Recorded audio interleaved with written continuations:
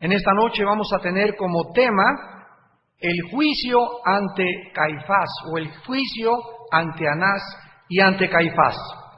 En Mateo capítulo 26, versículos del 59 al 68, dice la Biblia: y los principales sacerdotes y los ancianos y todo el concilio buscaban falso testimonio contra Jesús para entregarle a muerte, y no lo hallaron, aunque muchos testigos falsos se presentaban. Pero al fin vinieron 2 testigos falsos que dijeron: este dijo, puedo derribar el templo de Dios y en 3 días reedificarlo. Y levantándose el sumo sacerdote le dijo: ¿no respondes nada? ¿Qué testifican estos contra ti? Mas Jesús callaba. Entonces el sumo sacerdote le dijo: te conjuro por el Dios viviente, que nos digas si eres tú el Cristo, el Hijo de Dios. Jesús le dijo: tú lo has dicho. Y además os digo que desde ahora veréis al Hijo del Hombre sentado a la diestra del poder de Dios, viniendo en las nubes del cielo. Entonces el sumo sacerdote rasgó sus vestiduras diciendo: ha blasfemado. ¿Qué más necesidad tenemos de testigos? He aquí, ahora mismo habéis oído su blasfemia. ¿Qué os parece? Y respondiendo ellos dijeron: es reo de muerte. Entonces le escupieron en el rostro y le dieron de puñetazos, y otros le abofeteaban, diciendo: profetízanos, Cristo, ¿quién es el que te golpeó? Pedro estaba sentado fuera en el patio, y se le acercó una criada diciendo: tú también estabas con Jesús el Galileo. En el primer juicio de Jesús, que fue donde nos quedamos la última conferencia ante Anás, fue con el propósito, después de que lo capturaron en el huerto de Getsemaní, tratar de encontrar de qué acusarlo y con qué pretexto poderlo llevar a la pena capital. Recordamos que los judíos no podían dictar sentencia de muerte sobre ninguna persona porque el derecho de la espada le continuaba perteneciendo a Roma. Roma, cuando conquistaba alguna ciudad, algún pueblo, les permitía a las ciudades conquistadas que continuaran viviendo de acuerdo a sus leyes, mientras no se sublevaran en contra del César o del emperador romano, a quien consideraban un dios. Entonces, cuando conquistaron toda la tierra de Israel, que repito, equivocadamente se le llama la Palestina, que fue un nombre dado por los romanos por un César que su esposa se llamaba Palesta, así viene el nombre de Palestina. Cuando conquistaron la tierra de Israel o la Palestina, entonces ellos les dejaron a los judíos que continuaran con su religión, no se metían con su religión, pero los judíos no podían sentenciar a muerte a ninguna persona. El derecho para poder dictar la pena capital le pertenecía a Roma.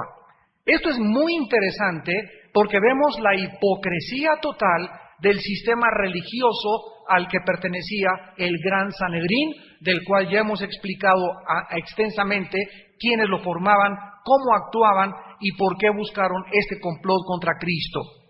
Cuando nosotros vemos que ellos están buscando que Pilato, el gobernador, dicte la sentencia porque ellos no pueden condenarlo a muerte, es increíble que algunos meses después, ellos mismos mataron a pedradas a Esteban. Y esto era un acto totalmente ilegal, repito, porque los judíos no podían matar ni ejecutar a nadie sin el permiso de Roma. O sea que si Pilato no hubiera intervenido, ellos hubieran matado a pedradas a Jesucristo. Porque eso fue lo que hicieron con Esteban. La pregunta es ¿por qué no lo hicieron con Cristo? Porque estaba escrito que moriría en una cruz. Entonces nos damos cuenta que detrás de todos los acontecimientos, detrás de todos los eventos humanos, vemos la providencia, vemos la soberanía de Dios actuando, controlando todas las cosas, la misma historia, ¿verdad? Y detrás de todas las cosas vemos la mano poderosa de un Dios soberano. Muy bien, vemos entonces en el versículo 59 que a Jesús lo llevan ante el sacerdote Caifás. junto con los escribas y los ancianos ahí reunidos. Dice el versículo 57, los que prendieron a Jesús le llevaron al sumo sacerdote Caifás, a donde estaban reunidos los escribas y los ancianos. Recordamos que Jesucristo es traído en medio de una turba. Vamos a hablar la próxima clase de Judas y la traición de Judas con muchos detalles. Y en el momento en que Judas se acerca a los sacerdotes, estaba en medio Jesús, él les pide a los sacerdotes y a los líderes que ya no quiere el dinero y cree que ellos le pueden perdonar. En lugar de que se hubiera dirigido a Jesús Judas, se dirige a los sacerdotes y esta es la razón por la cual fue condenado. Pero vamos a dar con más detalle de eso después. Pero los judíos eran tan cínicos y tan hipócritas que cuando llegaron al pretorio romano, era un edificio con 2 alas. Así es como estaba el pretorio romano diseñado. Y Pilato no vivía en Jerusalén. Él tenía su casa por otros lados, casi se ocultaban para que no siempre había atentados de muerte en contra de él.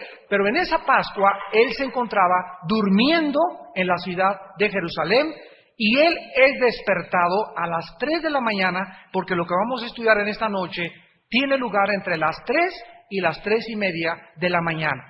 Entonces, es despertado Pilato, se sale todo soñoliento, su esposa le había advertido que no hiciera caso, que porque le iban a traer un prisionero que era inocente, y los judíos no entran al pretorio, o sea, al patio donde se sentaba el procurador Pilato, porque le dijeron, es que no queremos contaminarnos por la Pascua. O sea, vean ustedes los escrúpulos de los líderes religiosos en los tiempos de Cristo. Ellos no entran para poder contaminarse y porque era la Pascua, pero Jesús está dentro del pretorio, él sí se contamina y sin embargo ellos eran los que estaban siendo contaminados porque la sangre de Cristo estaba sobre sus cabezas. Esto es increíble porque es una de las formas en que opera la religiosidad. Hay personas que te dicen, pues yo tengo temor de Dios, ¿verdad? Pero no te imaginas lo mentirosos que son, la forma como manejan sus finanzas, la forma como manejan su casa, como manejan su matrimonio, pero dicen que tienen temor de Dios. Hay gente que tiene escrúpulos para cosas, pero para las cosas más importantes no las tienen. Entonces, para este momento, todo el Sanedrín a las 3 de la mañana estaba reunido y esperaban el momento tan urgente porque ya no tenían tiempo de que amaneciera. ¿Por qué? Ya lo vimos, porque si amanecía y Pilato no había dictado sentencia contra Jesús, la turba de la gente y toda la gente que seguía a Cristo podía darse cuenta que habían prendido en la noche, en la madrugada, a Jesucristo y se podían rebelar, podían a lo mejor arrebatarles al prisionero y podían salvarle la vida. Así que el Sanedrín tenía que actuar de inmediato. Todo lo tenían que hacer en tinieblas, todo lo tenían que hacer en secreto, todo lo tenían que hacer precipitada e impulsivamente. Cuando en Lucas 22:54, Lucas nos dice que fue llevado a casa del sumo sacerdote, porque fue ahí primero donde se reunió, ya lo vimos, el Sanedrín, lo cual era ilegal. Los miembros del Sanedrín no podían reunirse oficialmente en ninguna casa particular. Ellos tenían lo que se llamaba el salón del juicio, que era el lugar oficial donde se tenían que reunir y nunca en la noche. Vemos pues con lujo de detalles cómo cada cosa que sucedió fue ilegal, fue perversa, fue un complot, fue un contubernio, fueron las mismas fuerzas del infierno trabajando con seres humanos que nunca quisieron reconocer la luz del Mesías. Ahora, la característica más degradante que los líderes religiosos pudieron manifestar en sus corazones fue la deshonestidad de decir en el versículo 59, buscaban falso testimonio contra Jesús. Esta deshonestidad fue tan grande que llegaron al cinismo de para poder sentenciar a ese prisionero, para poder dictarle la pena capital, buscaron falsos testigos. Ya más descaro no podríamos nosotros encontrar. Pero antes de continuar adelante, hagámonos una pregunta. ¿Cómo es posible que 70 personas, tal vez hubo una o dos excepciones con Gamaliel, Nicodemo, que protestaron, pero la mayoría, estamos hablando de 65 líderes religiosos, que los 65 malévolamente, de una forma diabólica, se hayan puesto de acuerdo para matar y asesinar a Cristo? ¿Cómo podían tantas personas, todas en una forma unánime, estar de acuerdo para poder asesinar a Jesucristo? ¿Por qué fue este odio tan grande de no querer hacer ninguna otra cosa más que cortarle la cabeza a aquel que decía que era el Mesías? Y aquí tenemos la más grande reunión del mundo. Estos hombres han sentados en el lugar de la máxima autoridad religiosa, creyendo que están revestidos con la autoridad divina sobre la nación de Israel, para ejercer el juicio contra el mismo Hijo de Dios. Estos eran los intérpretes de la ley de Moisés, los administradores de la justicia, los supuestos sucesores del sacerdocio levítico. Y vean ustedes la corrupción a la que la nación de Israel había llegado. Anteriormente, antes de que el rey Nabucodonosor llegara a Israel y se los llevara cautivos, Jeremías les advirtió a la nación de Israel: porque ustedes se fueron tras de los ídolos, ahora Dios los va a llevar al centro de la idolatría en el mundo, Babilonia, la ramera, la grande. Ahora ellos, por estar buscando los ídolos, Dios los entregaba para que ahora ellos sirvieran a Roma. Roma era el centro de la idolatría en el mundo antiguo, en los tiempos de Jesucristo. Ahora, vamos pues en 3 puntos importantes a investigar profundamente por qué estos líderes llegaron al grado al que llegaron, porque tú y cualquier otro ser humano puede también llegar a este nivel en el que ya no distingues. Escúchame con mucho cuidado. Estamos viviendo una época en el siglo XXI donde los cristianos no tienen discernimiento espiritual. No saben distinguir entre la verdad y la mentira, entre un profeta y un falso profeta, entre un don de Dios y una falsificación de un don de Dios. Y cuando estamos tan llenos y tan confundidos de tantas cosas que están pasando, y tú vas a ser arrastrado, porque dice Mateo 24, los escogidos serán engañados, es porque tú también iniciaste el camino de los fariseos hace 2000 años. Vamos a comenzar en Deuteronomio capítulo 13.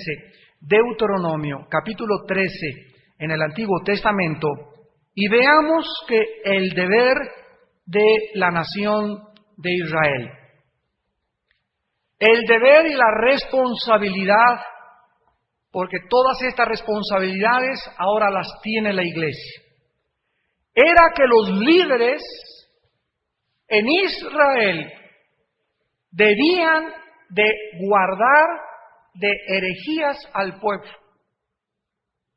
Los líderes tenían que tener la capacidad de detectar así las falsas enseñanzas o los falsos apóstoles o los falsos profetas para proteger al pueblo. Y cada uno de nosotros me podrá decir en esta tarde: bueno, yo no soy pastor ni soy líder. Excúsame, pero eres padre de familia.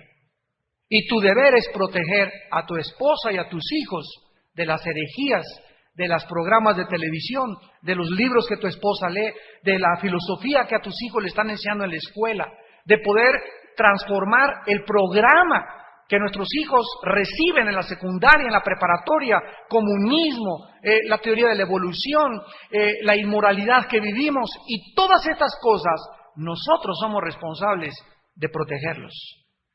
Y cuando comenzamos a evadir esta responsabilidad por nuestra negligencia espiritual, por nuestra falta de comunión, de consagración y de integración con el Espíritu de Dios a través de la Biblia, comenzamos a vivir una vida de confusión. En Deuteronomio 13, Dios del 1 al 11 les dio esta ley. Cuando se levantare en medio de ti profeta o soñador de sueños, y ahorita estamos en una época en la que todo mundo, hasta doña Panchita, sueña. Y hermano, le traigo un sueño que traje y le traigo esto, y vi ángeles detrás de usted y esas cosas, y estamos llenos de sueños y de apariciones y de historias y la profecía, y Dios me dijo que te vas a casar con una muchacha que va a entrar con un vestido de azul hoy en la tarde, y cosas de esas, y estamos viviendo en los tiempos más peligrosos de la cristiandad. Cuando se levantare en medio de ti profeta o soñador de sueños y te anunciare señal o prodigio, escúchame, aunque hiciera un milagro, y si se cumpliere la señal o prodigio que él te anunció diciendo, vamos en pos de dioses ajenos, que no conociste y sirvámosles, no darás oído a las palabras de tal profeta, ni al tal soñador de sueños, porque Jehová vuestro Dios os está probando. Dios, amados santos, va a permitir que gentes se acerquen a tu familia, que gentes se acerquen a tu vida, que gentes se acerquen a tu persona para tratar de engañarte. Y Dios quiere en ese momento conocer cómo vas a reaccionar, cómo voy a reaccionar. Porque cualquier cosa que veamos sobrenatural no necesariamente es de Dios. Métete eso en la cabeza.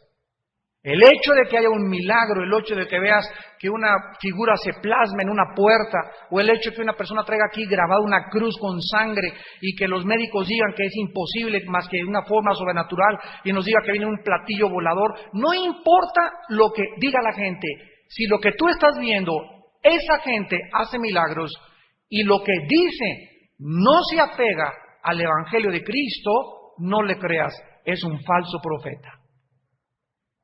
Les voy a dar un ejemplo rápido. Más o menos en 1875-80 había un hombre llamado José Smith en Estados Unidos de Norteamérica. Y él se acercó un día a su esposa y le dice, ¿qué crees, mi amor? ¿Qué cosa?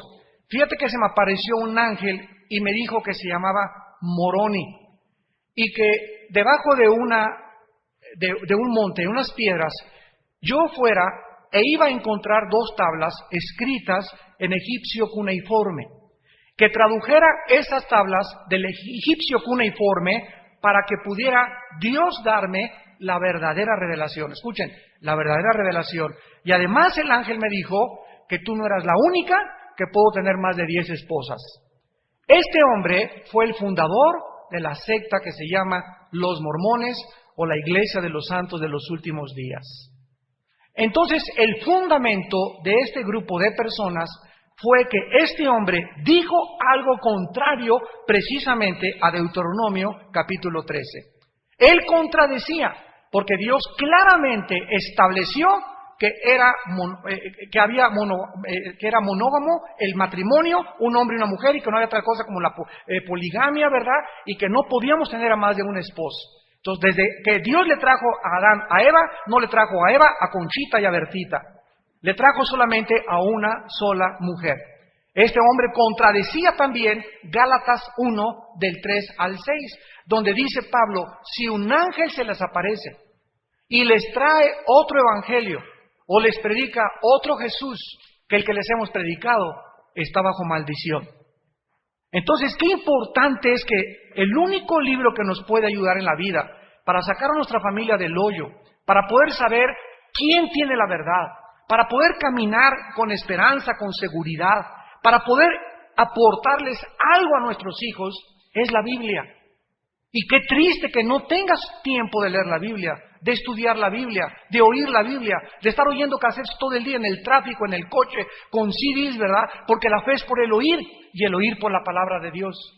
Entonces Dios le dice estas instrucciones a la nación de Israel que los estaba probando. Versículo 4, en pos de Jehová vuestro Dios andaréis, a Él temeréis, guardaréis sus mandamientos y escucharéis su voz, a él serviréis y a él seguiréis. Tal profeta o soñador de sueños ha de ser muerto. Siempre que tú oigas en la Biblia la sentencia de muerte o la pena capital contra el adúltero o contra el hijo rebelde, tiene en cuenta lo siguiente: cuando Dios dice tiene que morir, el tribunal cósmico del universo está diciendo, en otras palabras, esa persona ha perdido el derecho de seguir viviendo. Y es Dios el que determina desde el cielo quién pierde el derecho de vivir. Y de acuerdo a Dios y de acuerdo a su perspectiva, Él es el único que nos puede decir con exactitud la gravedad de la pecaminosidad humana. Era tan grave un falso profeta en la nación de Israel que Dios dice no merece vivir. ¿Por qué perdió el derecho de vivir? Porque esa persona desviaría a la gente del único Dios verdadero. Esa persona haría un mal gravísimo a los niños, a las mujeres y a la nación que a Dios había llamado para que Él pudiera realmente reinar entre sus vidas. Dice, por cuanto aconsejó rebelión, versículo 5, y trató de apartarte del camino por el cual Dios te mandó que anduvieras, y así quitarás el mal de en medio de ti. La envidia, la religiosidad y el tradicionalismo les robó a los líderes en el tiempo de Jesucristo el discernimiento entre el bien y entre el mal. Ahí estaba ante ellos el Mesías, anunciado desde el libro del Génesis a todos los patriarcas y a todas las tribus de Israel y a través de todos los profetas. Ahí estaba el Mesías enfrente de ellos. Ahí estaba la verdad, ahí estaba la luz. Tú tienes en Cristo enfrente de ti a la única verdad, a la única luz, y la tienes y has oído que Él es Cristo, que Él es la verdad, y algún día te volverás enemigo de la cruz si tú le dejas, le abandonas y comienzas a separarte de la palabra de Dios. ¡Qué increíble! O sea, ¿qué más podemos tener? Tenemos la Biblia enfrente de nosotros, tenemos las evidencias de la Biblia, tenemos a Jesús y como decían los discípulos, si no es Él, ¿quién es? Si no es Jesús, dime quién es. ¿Napoleón? ¿Nietzsche? ¿Sartre? ¿Sócrates? ¿Mahatma Gandhi? ¿Buda? ¿Krishna? Dime, ¿quién es tu gallo? Como dicen en mi tierra. Como dice en 1 Corintios 1:19 en adelante, ¿dónde está el sabio? ¿Dónde está el escriba? ¿Dónde está el disputador de este siglo? ¿No ha enloquecido Dios la sabiduría del mundo? Dios reta que vengan los científicos. Dime, ¿quién es tu gallo? Tráeme a Alberto Einstein, dice el Señor, a Carlos Sagan, al mejor filósofo que tú puedas pensar y compáralo con Jesús. Comparemos su vida, comparemos sus enseñanzas y nos daremos cuenta que es increíble que podamos tener la luz y sin embargo decir, no es cierto, no es la luz, yo tengo otra mejor luz. Dice en Juan 3, este es el juicio, que la luz vino al mundo y los hombres amaron más las tinieblas. Esta es la condenación, o sea, los que se van a condenar en el infierno, de acuerdo a la Biblia, son las personas que tuvieron enfrente de ellos la luz de Jesús. Y dijeron, no es cierto, déjame vivir mi vida, tú no eres la luz del mundo. Y escogiste las tinieblas en lugar de la luz. Ahora, vayamos a Lucas capítulo 11 y veamos el segundo caso. En el primer caso de Deuteronomio, fue la envidia, la religiosidad y el tradicionalismo lo que les robó y lo que nos puede robar a nosotros también, el discernimiento espiritual.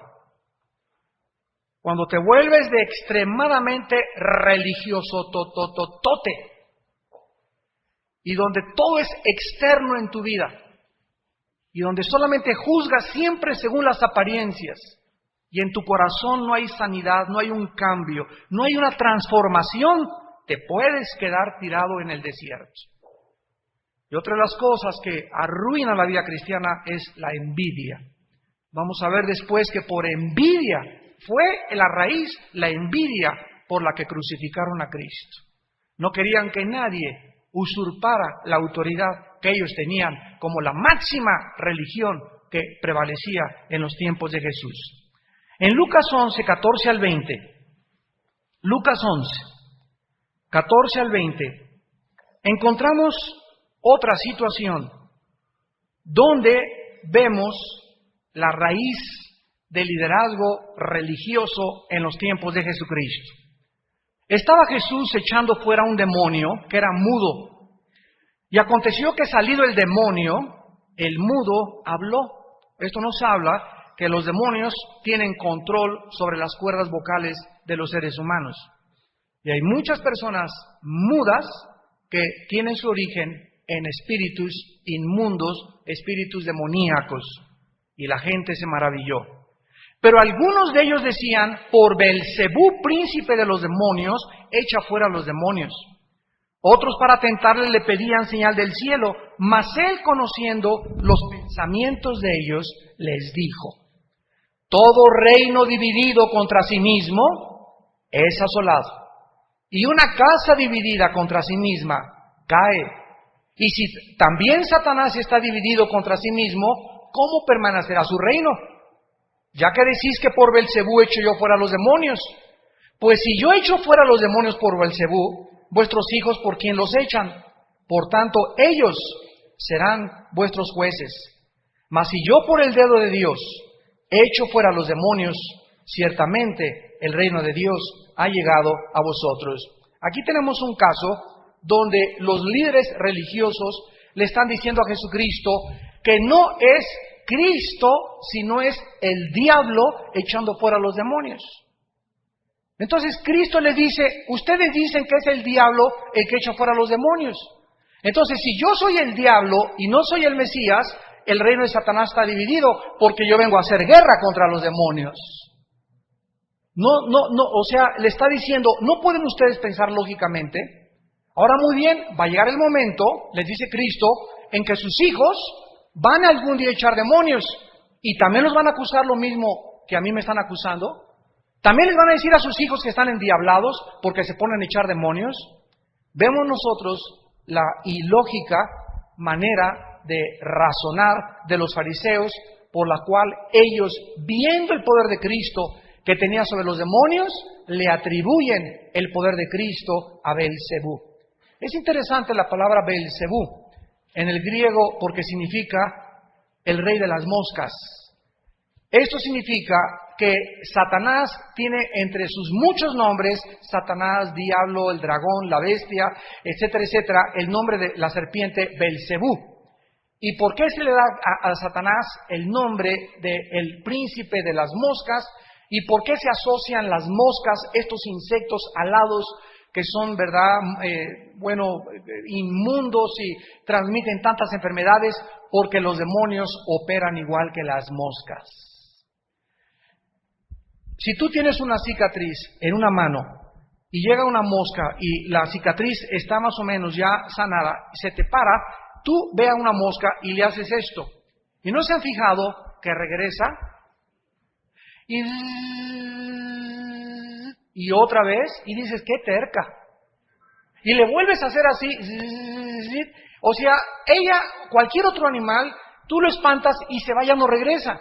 Pero ella regresa y vuelve otra vez a posarse en el mismo lugar, y otra vez en el mismo lugar, dándonos a entender que no tiene inteligencia en cuanto a eso. Pero la enseñanza que el Espíritu Santo nos quiere dar es que los demonios operan igual, y cuando un demonio te ataca, escúchame muy bien, cuando un demonio te ataca, y si tú perteneciste al ocultismo o practicaste la brujería, no te van a dejar en paz por un buen tiempo. Pueden sacarte el demonio y un cristiano cree que si le sacan el demonio ya se solucionó su problema. Eso es una parte del problema. El demonio sale y se fue el demonio que te estaba atormentando, pero si tú no guardas tu casa, tu cuerpo, si tú no te alimentas con la palabra, si tú no vives lleno del Espíritu Santo, te regresa. Y regresan en bola. Te regresan peores todavía que tu estado anterior en el cual te encontrabas. Y es exactamente los demonios como la basura y las ratas. Si tú sacas las ratas de una casa y ya se fueron, el problema está que si la basura la dejas, las ratas regresan. Y las ratas son como los demonios. El pecado es como la basura. Tú puedes sacarle demonios a una persona, pero si la persona sigue sucia en su vida, guardando la misma basura, las ratas regresan otra vez a su nido. Pero si tú sacas la basura de tu vida y limpias tu vida y purificas tu corazón y llevas una vida sexual limpia, pura y transparente, los demonios no tienen parte en tu vida. Quiero decirte que la puerta más grande para los demonios es la inmoralidad. La inmoralidad está abatiendo, devastando a la humanidad entera. La inmoralidad. Y como el diablo sabe que cuando tú ves una revista, no la puedes dejar de ver y vas a brincar a otra película y a otra, y de repente la pornografía es como una adicción peor que la heroína. La pornografía hace a la gente adicta al sexo y cometes cada vez hechos más y más degradados y buscas cosas que te satisfagan más hasta que llegue el momento en que te das cuenta que ese monstruo que tienes dentro de ti, le has dado de comer y le has dado de comer y le has dado de comer y te tiene totalmente abrazado hacia un monstruo invisible y no puedes escaparte ya y comienzas a vivir lleno de culpa, llena de vergüenza, llena de paranoias, llena de irritabilidad, llena de odio, no encuentras satisfacción sexual en tu matrimonio. ¿Por qué? Porque comenzaste a creer que podías darte la libertad de ver de vez en cuando una película pornográfica. Y eso de vez en cuando es como un cigarrito de vez en cuando, un traguito de vez en cuando no te das cuenta, caíste en la adicción. Y así cayó Sansón, y así cayó Saúl, y así cayó David, y así cayeron los grandes hombres que Dios nos muestra en la Biblia, porque descuidaron su vida y su pureza sexual. Y en tercer lugar, bueno, antes de pasar aquí a la tercera parte, vemos en segundo lugar que aun cuando la mayoría de los líderes religiosos, en este caso de Lucas, fueron testigos del poder milagroso de Jesucristo, le atribuyeron a Satanás las obras de Jesús. Es como el cristiano del siglo XXI que de repente te va bien el trabajo, Dios te abre una puerta, Dios te bendice y dices, pues chiripa, fue una coincidencia, a lo mejor no fue Dios, a lo mejor en este accidente el que me salvó fue la suerte. Y ya no puedes ver la mano de Dios detrás de tu vida, de las bendiciones, de la gracia de Dios, de la casa que te da Dios, de que regresaste a tu matrimonio, de que tus hijos están caminando, de que Dios te contestó, de que ahora ya te dio el trabajo. Oh alma mía, bendice a Jehová y no te olvides de ninguno de sus beneficios. Salmo 103. No nos olvidemos que todas las cosas que nos rodean provienen de Dios, de la bondad de Dios, de la misericordia de Dios, para que tú te vuelvas a Él. Pero si después de estas cosas te endureces, vuelvo a repetir, llegarás al punto al que llegaron los líderes religiosos en la época de Jesús. Miren ustedes en Primera de Juan capítulo 4, Primera de Juan 4, versículos 5 al 6. 5 al 6, lo que el apóstol escribió. Ellos son del mundo, por eso hablan del mundo y el mundo los oye. Nosotros somos de Dios. El que conoce a Dios nos oye. En esto conocemos el espíritu de verdad y el espíritu de error. ¿Quieres tú saber distinguir entre la verdad y la mentira? El que camina cerca de Dios y en comunión con Dios, sensibiliza su espíritu a la voz de la Biblia. Pero si tú eres una persona que vas cuando tienes un problema y le pides consejo a tu suegra que no es cristiana, a Walter Mercado, a la doctora Corazón, a tu tía, no importa a la persona que sea, si la persona no vive en la Biblia, la que te está aconsejando, no estás distinguiendo ni separando el espíritu de verdad y el espíritu de error. Ellos son del mundo, por eso hablan del mundo y el mundo los oye. Cuando tú oyes el consejo del mundo, ¿qué estás haciendo? Traicionando la voz del Espíritu de Dios. Y por eso el mundo los oye. ¿A quién escucha a Walter Mercado? ¿Tu abuelita? ¿Quién lo escucha? Los que pertenecen al mundo, los que están engañados y creen que la astrología les puede ayudar y que les puede dar un tip y que les puede determinar el futuro y darles una luz en una esperanza para vivir. Ellas son las personas que le escuchan. ¿Quiénes consultan los horóscopos? Los que creen eso, pero tú eres hijo de Dios. Somos un pueblo especial de Dios, somos el tesoro de Dios. Y Dios no quiere que tú andes en tinieblas, ni que tengas tampoco consejos de personas que no viven llenos del Espíritu de Dios y que tampoco conocen la palabra de Dios. Dice la Biblia que las personas que escuchan consejos del mundo son las personas que no nos oyen. En esto conocemos que esa persona está poseída de un espíritu de error. ¿Ya puedes tú distinguir esto? No lo busques, déjame leértelo rápidamente en el libro de Oseas, capítulo 4, versículo 11, apúntalo. Oseas 4:11 dice: la impureza sexual, el alcohol y la gula quitan el juicio. El pecado nos roba la capacidad de poder discernir. Estos líderes religiosos pecaron tanto contra Dios y eran tan falsos, vivían vidas dobles, que comenzaron a perder la capacidad del discernimiento espiritual, que es distinguir entre lo real y lo verdadero, entre el profeta de Dios y el falso profeta, entre los milagros de Dios y los milagros de Satanás. El pecado nos roba la capacidad de distinguir entre el bien y entre el mal.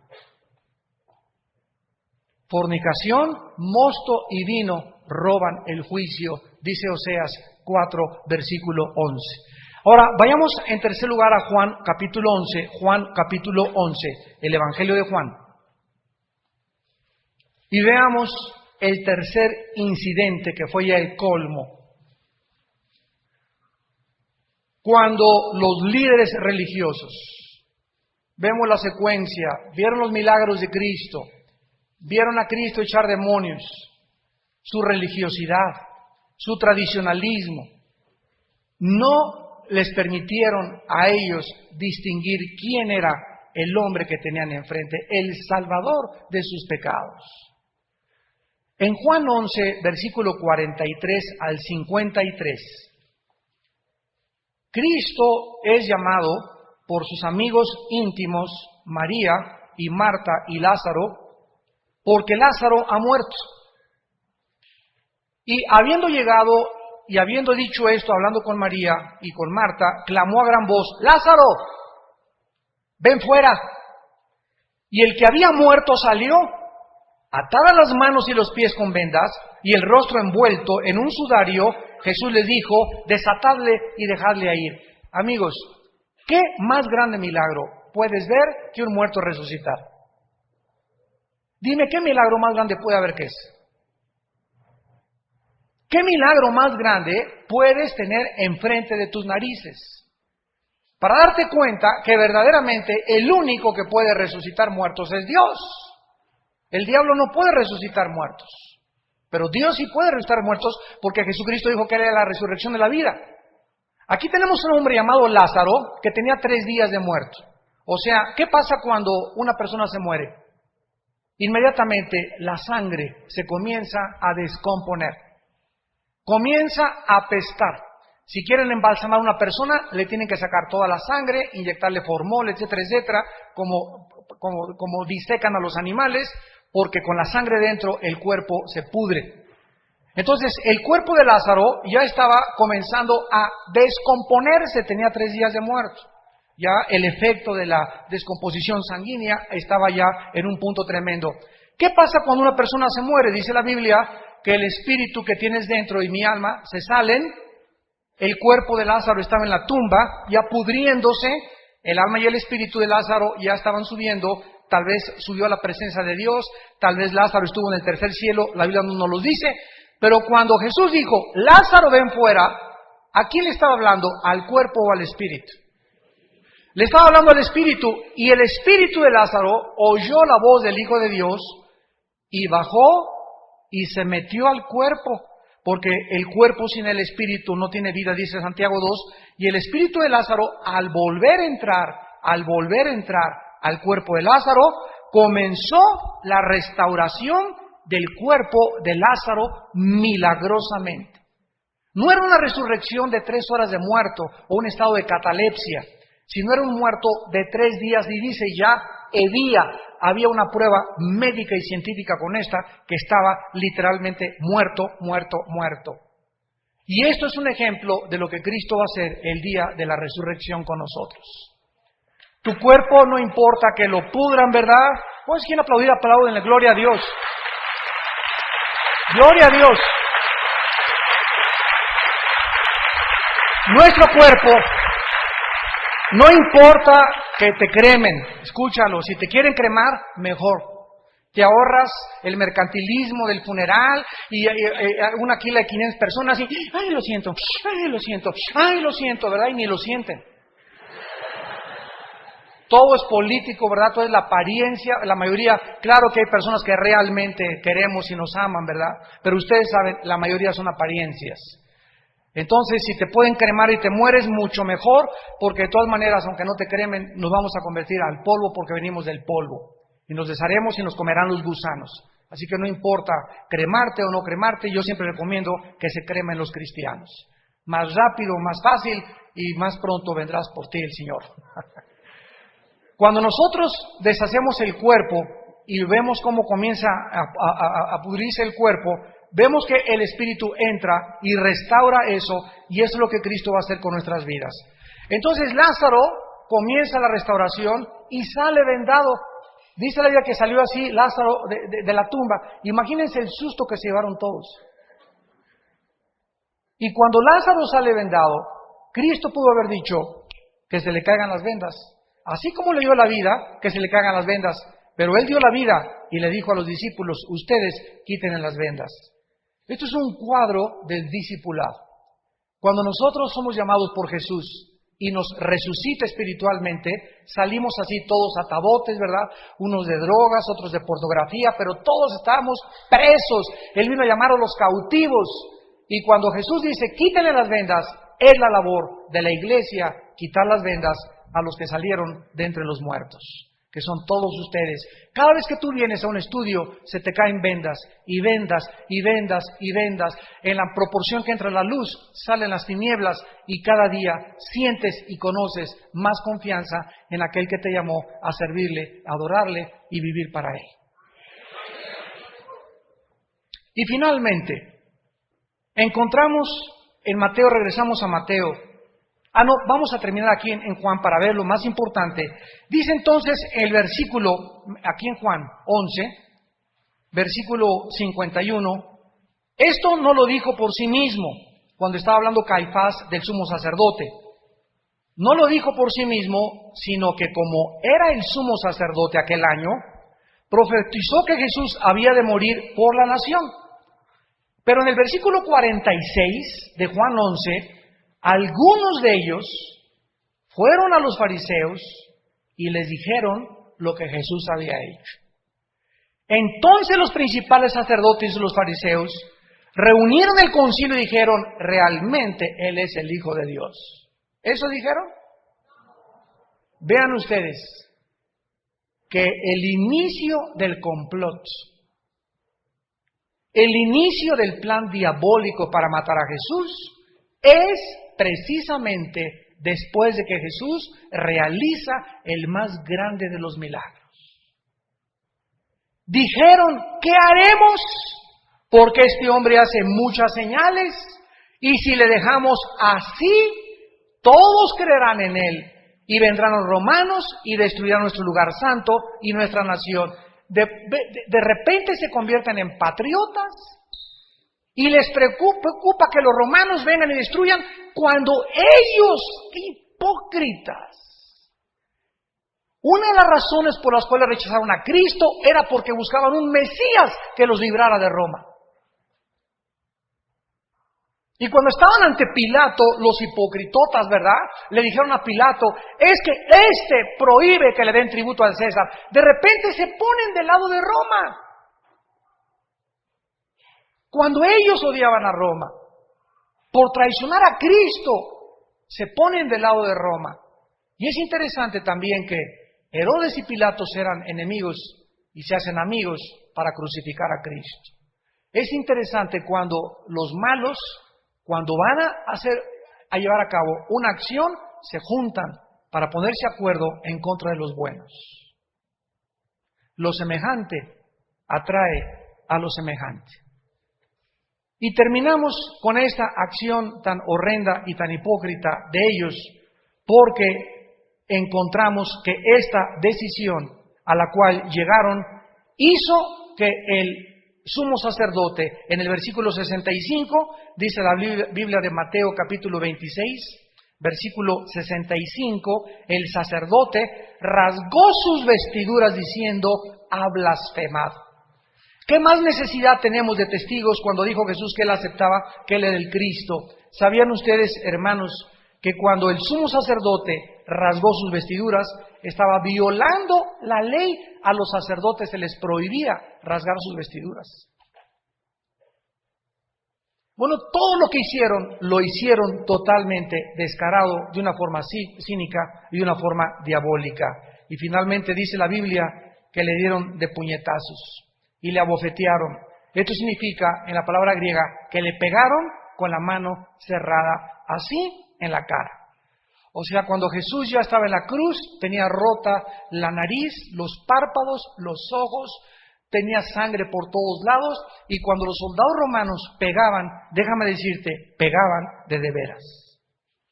Eran expertos en golpear y expertos en torturar a los prisioneros. Y después de que lo abofetearon y cuando se cansaron de hacer estas cosas, comenzaron a jugar con él. Le ridiculizaban, diciéndole que les demostrara y adivinara quién era el que le había pegado para burlarse aún más de él. El Hijo sería vindicado a través de la resurrección de entre los muertos y entonces le demostraría a todos estos hombres que están ahora en el infierno, de acuerdo a la Biblia, que él era el Mesías. Amigo y amiga que nos visitas en esta tarde, quiero decirte que no es coincidencia que estés aquí. Tu vida no tiene propósito, no tiene sentido, ni lo tendrá sin Jesucristo. Dios te llama para que tú reflexiones en esta tarde y le entregues tu corazón y tu vida y la de tu familia con todas las fuerzas de tu alma.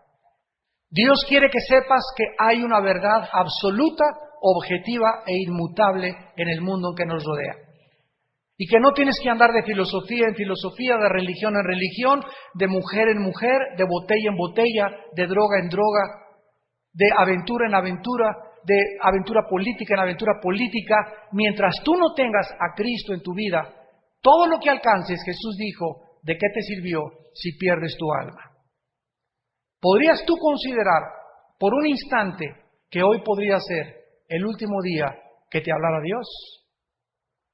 ¿Podrías considerar que hoy podías tú morir o yo también? Nadie lo sabe. Y la Biblia dice, prepárate para encontrarte con tu Dios. Y en el momento de nuestra muerte, ¿qué va a suceder? Nos desconectamos del cuerpo, nos salimos del cuerpo y todos los planes, proyectos, futuros, sueños, todos se quedan en la tumba. Tu espíritu y tu alma, igual que lo mío, se irá a la presencia de Dios o al centro de la tierra, donde se encuentra el infierno, donde tendrás el tormento por los siglos de los siglos. Estas son palabras fieles y verdaderas, y tú tienes que considerar de una forma seria y objetiva en esta noche si tú tienes a Jesucristo en tu corazón como el Hijo de Dios. Asegúrate antes de salir de esta puerta como entraste, vacío, confundido, porque la Biblia dice que el destino solamente está en manos de Dios. Y solo Dios sabe si tú te has endurecido y has tenido la luz, y has tenido la Biblia, y has oído predicaciones, y sigues duro, y sigues terco ante la realidad, cuando llegue el momento en que Dios te va a entregar, para que nunca jamás vuelvas a creer. Esto se llama la blasfemia contra el Espíritu Santo. Rechazar la gracia de Dios para salvación, y entonces viene el endurecimiento, y Dios te entrega para que ahora lo que tú querías lo alcances y lo logres. ¿Querías dinero? Te lo va a mandar Dios. ¿Querías mujeres? Te las va a mandar Dios. ¿Querías un puesto político? ¿Querías ser gobernador y no te importó matar y pasar sobre miles de personas? Dios te hará que llegues a ese puesto, para que cuando tú llegues a ese puesto, cuando tengas esas mujeres, cuando tengas ese dinero, descubras que se va a convertir en tu peor maldición. Decía Salomón en Eclesiastés capítulo 6, hay un mal debajo del cielo, muy grave entre los hombres. Aquellos hombres a quienes Dios les da dinero y les da cosas y no les falta nada, pero Dios no les da el don de disfrutar lo que tienen. Una cosa es tener y la otra cosa es que disfrutes lo que tengas. Y para disfrutar lo que tenemos, solo lo podemos hacer con su bendición y su presencia en nuestra vida. Oremos.